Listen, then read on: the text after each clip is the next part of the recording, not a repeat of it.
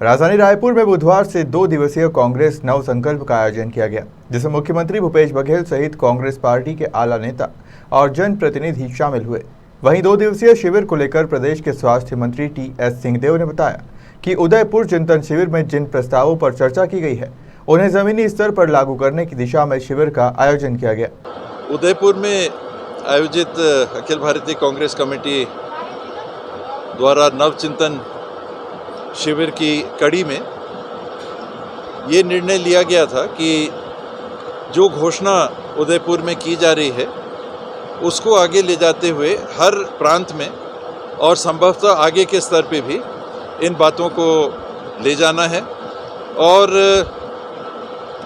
जिन 6 बिंदुओं पे मुख्यतः वहाँ बात हुई थी, समितियाँ बनी थी, राजनीतिक समिति थी, सामाजिक न्याय और एम्पावरमेंट की कमेटी थी, अर्थव्यवस्था को लेके कमेटी थी, कांग्रेस के संगठन को लेके कमेटी थी, कृषि और कृषक को लेके कमेटी थी और युवा सशक्तिकरण को लेके ये 6 कमेटियां उदयपुर में बनी थीं।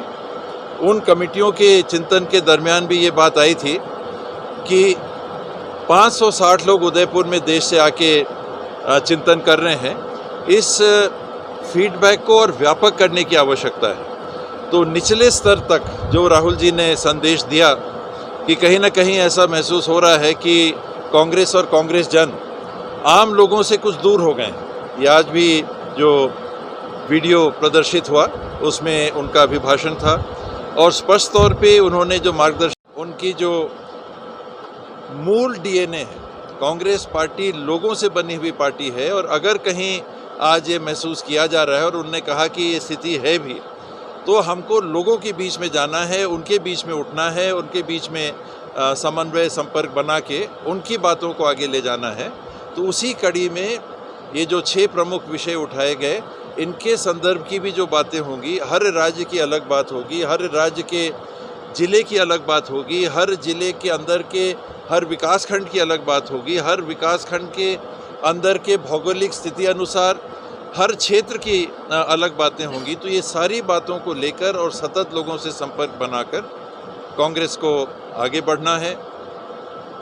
शेष जो बातें हैं वो सामने आ चुकी हैं। कोई पद अगर रिक्त हैं अभी भी कांग्रेस के संगठन की किसी भी इकाई में, तो 90 से 180 दिन के अंदर ये समस्त पदों को भरने के डायरेक्शन है। मंडल स्तर पे समितियों के गठन करने के डायरेक्शन है। 5 साल से अतिरिक्त कोई भी एक व्यक्ति किसी एक पद में नहीं बने रहेंगे, ऐसी बातें उदयपुर के चिंतन शिविर में घोषणा के रूप में सामने आई थी। एक परिवार का एक से ज़्यादा व्यक्ति को टिकट नहीं मिलेगा, ये बातें भी आज सामने रखी गई।